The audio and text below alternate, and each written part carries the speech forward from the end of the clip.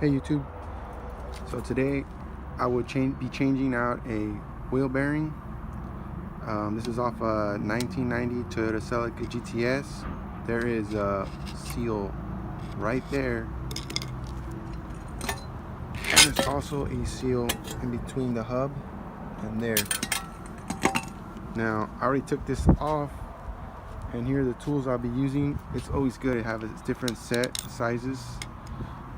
So here's my new spindle or a hub, a bearing, 2 seals, and I like to use 2 sets of sledgehammers. I got a 6-pound and a smaller hammer, oil can, and here's something you can make yourself, because I will not be using a press. So here's something that I made, and here's an A-frame that I made out of just scraps. So let's get. Okay, so the purpose of this is so that you can set your hub and wedge it in like that, so there is no pressure on this little guy, and you want this to be pretty firm. So now what I'll be doing is getting a socket and make sure it fits right on this rim so that I can drive this out. Okay, so I'll be using a 1-inch deep socket. I'm going to set it right there. Make sure this is firm, and I'm going to be pounding this out. Okay, so now let's just slide out pretty nice. Now here's a step that I want to show you guys, so you can actually salvage this if you're going to reuse it. You can, I've seen guys, they take a angle grinder, they grind this off, and carefully, because you don't want to gash it, and you can salvage it. Now, so when you take out this piece, the rest of the bearing will stay in there. So you can see the bearing is still in there. So what we need to do is take that out. So with the flat screwdriver, you can just stick it underneath there and pop it out. Or what I like to do is I like to put this upside down and just kind of jab it. So you should have something that looks like this. Now what we need to do is take the seal on the back side. Alright, I want to point something out. Now this is the new bearing. If you can see inside it, it looks like it's split. So when you pound out your old bearing, you should be able to see the other side of the bearing still in there. See? So now that's off. And what you need to do is go to the back side of this hub and now take this seal out the same way you took out the front one. Alright, once the rear seal has been taken out, you'll see there's a C-clip right there. Now, I should have told you this in the beginning of the video, but I'm sorry, I'm kind of freestyling it. You're gonna need a long nose pliers, so we can go ahead and clip this end with this end so that this clip closes and you'll be able to take it out. So this is what the clip looks like once you take it out. Now you see there's a notch there and a notch there, so that it gives you some type of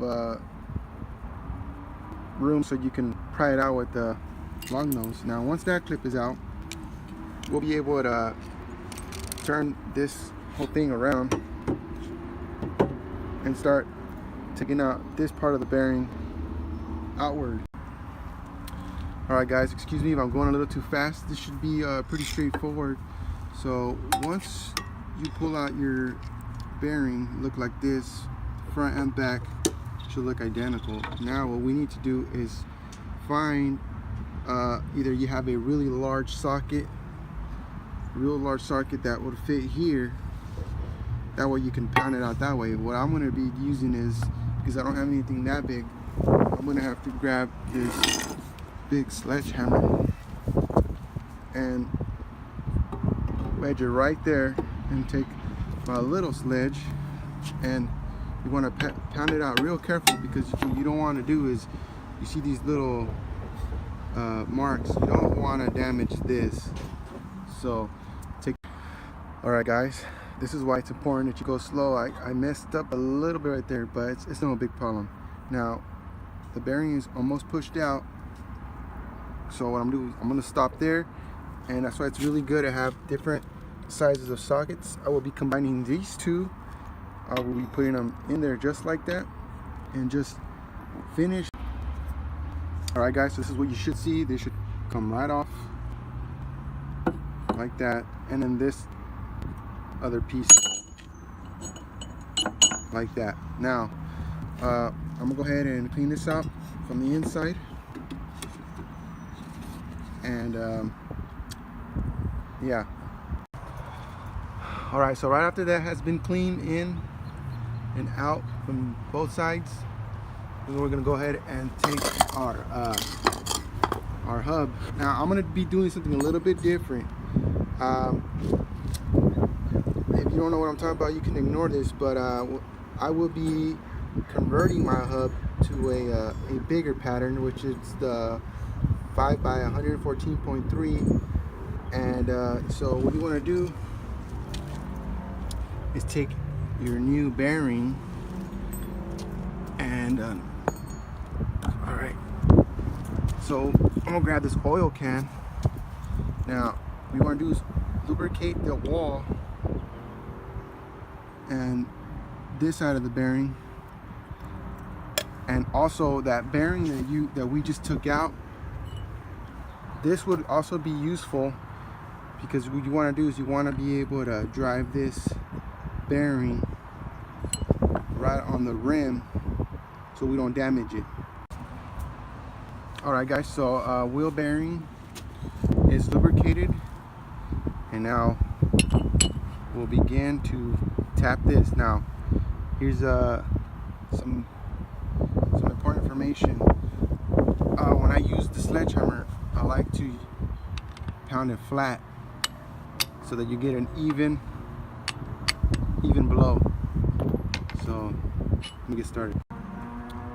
Now you don't really need to hit it hard, just like that, solid taps, go slow.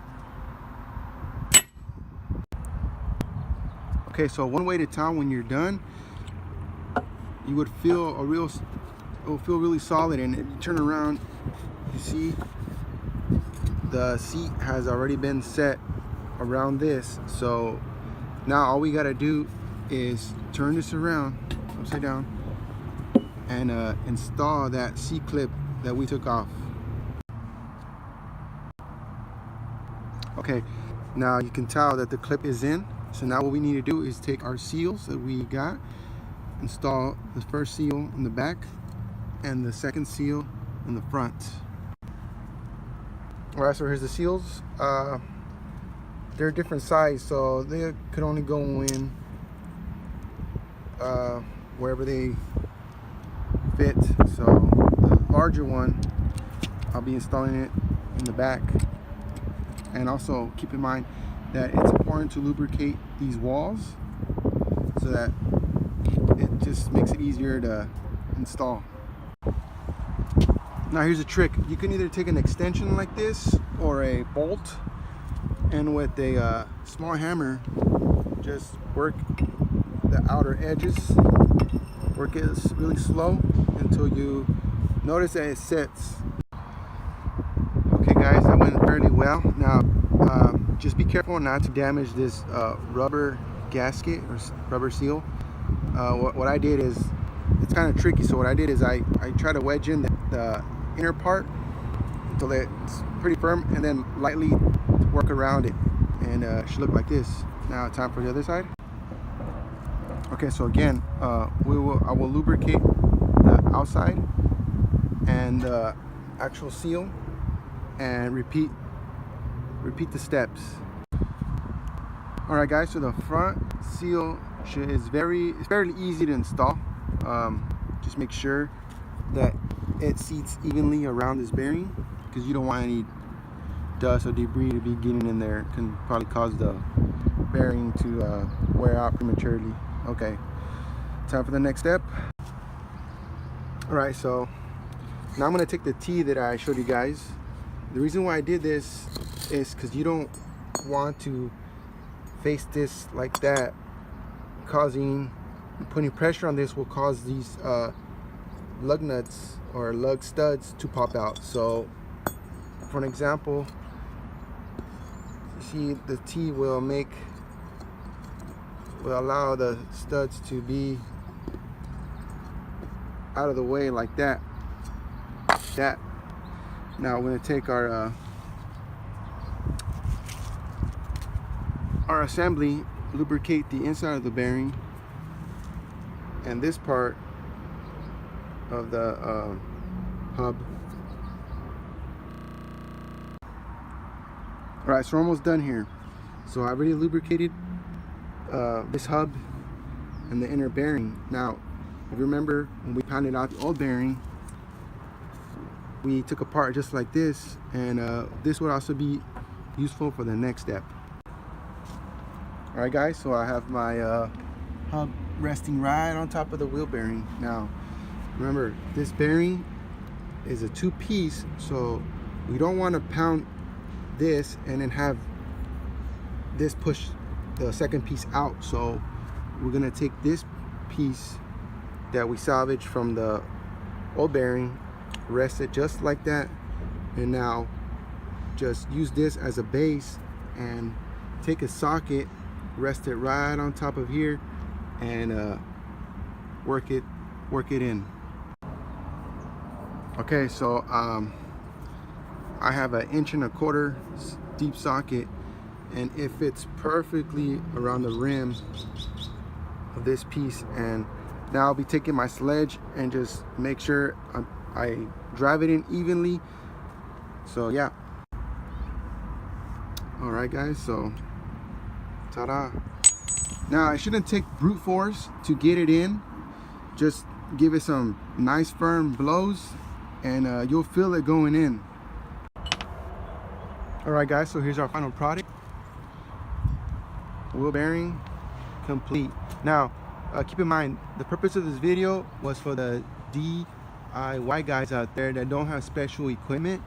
You see how I was able to perform and do this job with just using basic tools, and the reason why I decided to convert this to a different wheel pattern is because it's easier, if you understand what I'm talking about, to find bigger brake kits and finding custom wheels in this particular pattern. So I hope you guys enjoyed this video. Again, forgive me if I went a little bit too fast for you guys, but once you get to it, you know, I hope you guys figure it out. Thanks for watching. I know the one to reverse it. Listen, when I say I get so high, I ain't even talking about sticky, no lie. The way up is down. Stay low to the ground and you close to the cloud. Listen, when I say I get so high, I ain't even talking about sticky, no lie. The way up is down. Stay low to the ground and you close to the cloud. For real though.